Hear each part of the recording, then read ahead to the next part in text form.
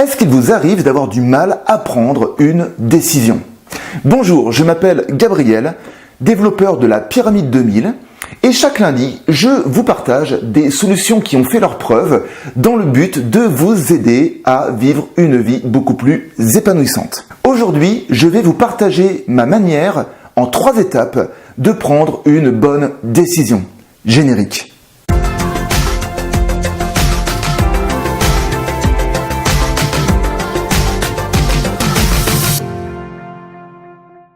Tout le long de notre vie, nous devons prendre des bonnes décisions. Allant de « est-ce que je vais manger de la viande ou du poisson? Tiens, ce matin, comment je vais m'habiller? Est-ce que je mets du rose ou du bleu? Ensuite, tiens, aujourd'hui, quel trajet je vais prendre pour aller au travail? Est-ce que je prends le trajet que d'habitude, le même trajet que d'habitude, ou est-ce que, tiens, je vais changer? Je dois faire des courses. Bah tiens, qu'est-ce que je vais pouvoir acheter pour éviter de manger comme la semaine dernière? Ou alors ça peut être aussi des grandes décisions de est-ce que je vais accepter la mutation que l'on me propose, ma mutation professionnelle, ou alors est-ce que je vais prendre la décision d'avoir un enfant. Donc vous voyez, nous sommes constamment face à devoir prendre des décisions. Ce qui peut générer du stress, il faut le dire, ça peut générer du stress. Parce que on peut toujours se demander, est-ce que j'ai pris la bonne décision? Voilà. Et peut-être que parfois, on est même insatisfait d'avoir pris la décision que l'on a prise. On se dit, oh là là, j'aurais jamais dû prendre cette décision. En fait, ce qu'il faut déjà comprendre dans la prise de décision, c'est que nous sommes confrontés à devoir faire un choix. Et faire un choix, c'est accepter que l'on doit abandonner une des solutions qui sont offertes à nous.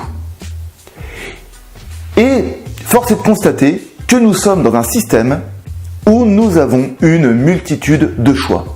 Regardez, par exemple, on va prendre l'exemple de Netflix. Je ne sais pas si vous avez Netflix.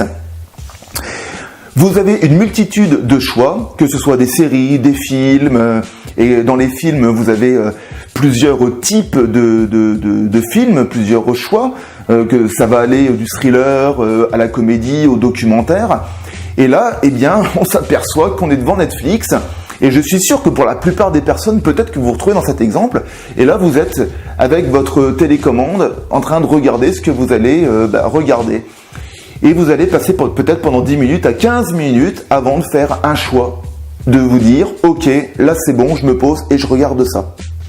Même si vous faites une liste, regardez, vous faites une liste sur Netflix à savoir ce que vous voulez regarder, eh bien même en regardant votre liste, vous aurez quand même du mal à faire le choix de ce que vous aurez regardé.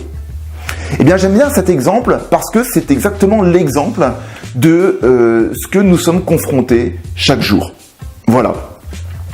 Alors, justement, par rapport à ça, l'idée, c'est déjà d'accepter que, en faisant un choix, vous devrez abandonner les autres solutions qui s'offrent à vous.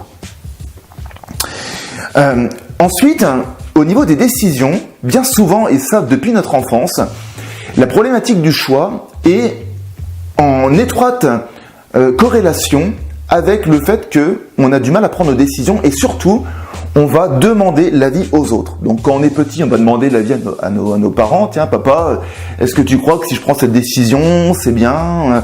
Maman, est-ce que tu crois que si je prends cette décision, je risque... Enfin voilà, il n'y aura pas trop de risques. Et on va toujours demander autour de nous. Et ça va être comme ça même à 18 ans, à 20 ans, à 25 ans, 30 ans. Jusqu'à ce qu'un jour, on ait peut-être enfin conscience que la décision que l'on prend, elle est de nous, en fait, c'est notre responsabilité. Et le jour où on sera assez mature pour prendre la responsabilité de notre propre décision, eh bien là, on ne pourra pas en vouloir aux autres si la décision n'était pas bonne. On pourra en vouloir qu'à soi-même. Mais en tout cas, l'avantage, c'est que si le jour où vous prenez une décision qui vous incombe juste à vous, eh bien, si c'est la bonne décision, vous serez fier d'avoir pris cette décision. Donc déjà, on va dire que trêve de bavardage, déjà maintenant prenons conscience que la décision vient de nous-mêmes et je vais vous donner la recette en 3 étapes qui va vous permettre de prendre la bonne décision. En tout cas, elle fait ses preuves, car pour moi-même, c'est comme ça que je fais. Et là, je ne vais pas parler de la décision de qu'est-ce que j'ai mangé, est-ce que j'ai mangé de la viande ou du poisson. Non, je vais vous parler des grandes décisions qui peuvent avoir de grandes influences dans votre vie. La première étape, quand je prends une décision, est déjà de sonder mon cœur. Qu'est-ce que veut mon cœur ? Pour cela, je vais utiliser la méditation chaque matin et je vais laisser venir les pensées qui sont en lien avec cette décision que je dois prendre. Et là, je le ressens, j'écoute mon intuition. Parce que si je suis en conscience et si je suis honnête avec moi-même, je vais ressentir si cette décision est la bonne ou alors s'il y a beaucoup de risques à prendre cette décision. Il y a une phrase que j'adore qui dit « La première idée est toujours la bonne ».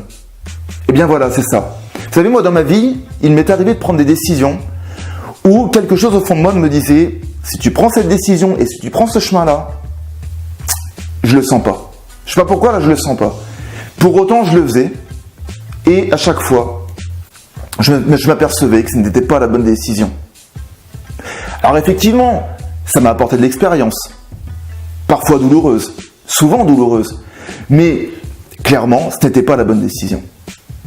Et au bout d'un moment, je me suis aperçu que je perdais mon temps à me casser les dents face à de mauvaises décisions que je prenais. Et je peux vous dire que depuis que je prends de meilleures décisions, eh bien, j'acquiers quand même de l'expérience de la décision que j'ai prise, mais en même temps, je me casse pas les dents et j'avance quand même. Et j'avance même beaucoup plus vite. Donc la première question, je le rappelle, c'est est-ce que j'écoute mon cœur et qu'est-ce que me dit mon cœur ?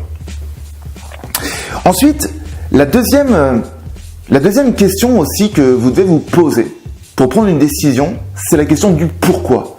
Pourquoi je fais ce choix ?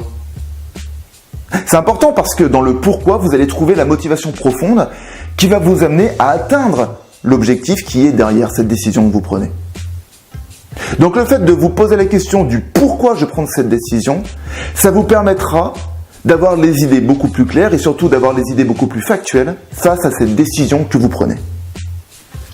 La troisième chose pour prendre cette décision, ce que je vous ai dit que c'était une méthode en 3 étapes, et bien la troisième étape, c'est de prendre une feuille et de faire une situation initiale de d'où vous en êtes par rapport à cette décision que vous devez prendre.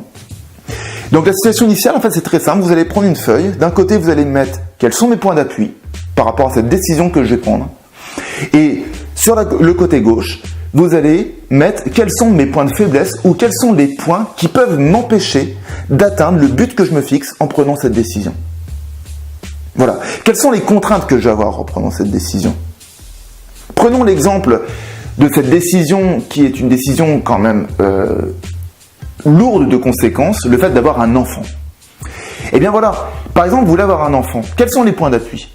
Par exemple, ça peut être, ok, j'ai un travail aujourd'hui qui est assez stable, a priori qui est assez stable, c'est un point d'appui. Un autre point d'appui, c'est peut-être le fait que je suis en total grand amour avec la personne avec qui je suis. Ça aussi, c'est un point d'appui. Les points qui peuvent être compliqués, c'est le fait de se dire que, bien aujourd'hui, je m'aperçois que je suis quelqu'un qui travaille énormément. Donc là, on sait que ça va être un point de faiblesse pour pouvoir apporter une éducation, peut-être comme je le vois, comme je le vois au mieux, optimal en fait, pour avoir une éducation comme j'aimerais avoir, comme j'aimerais que mon enfant aimerait avoir, pardon. Voilà, c'est ça la question à se poser. La deuxième chose, c'est peut-être de se dire, ok, quels sont mes points de faiblesse ? Mon point de faiblesse, c'est le fait que je sois quelqu'un de pas patient, par exemple. Je ne suis pas quelqu'un de patient, donc du coup, je pense que ça va être quelque chose de compliqué pour pouvoir avoir un enfant. Et c'est justement en mettant d'un côté les points d'appui et de l'autre côté, en fait, les points à améliorer, les points de faiblesse dans cette prise de décision, que ça va me permettre d'être en conscience et que ça va me permettre de me dire, ok, je le fais ou je le fais pas, mais au moins si je le fais en conscience. Donc voilà, donc pour résumer, la première étape est de sonder son cœur. La clé que je vous ai donnée, c'est de faire de la méditation. La deuxième étape, c'est de se dire, ok, pourquoi je prends cette décision ? Et la troisième étape, ce sera d'un côté de mettre les points d'appui et de l'autre côté de mettre mes points de vigilance. Et ensuite, ça vous permettra de dire oui ou non. Voilà les amis, J'espère que cette solution et cette théorie vous aidera à prendre de meilleures décisions. En attendant, n'oubliez pas que toute évolution provient d'une action. Je vous souhaite à tous une agréable semaine et je vous dis à lundi prochain. Ciao!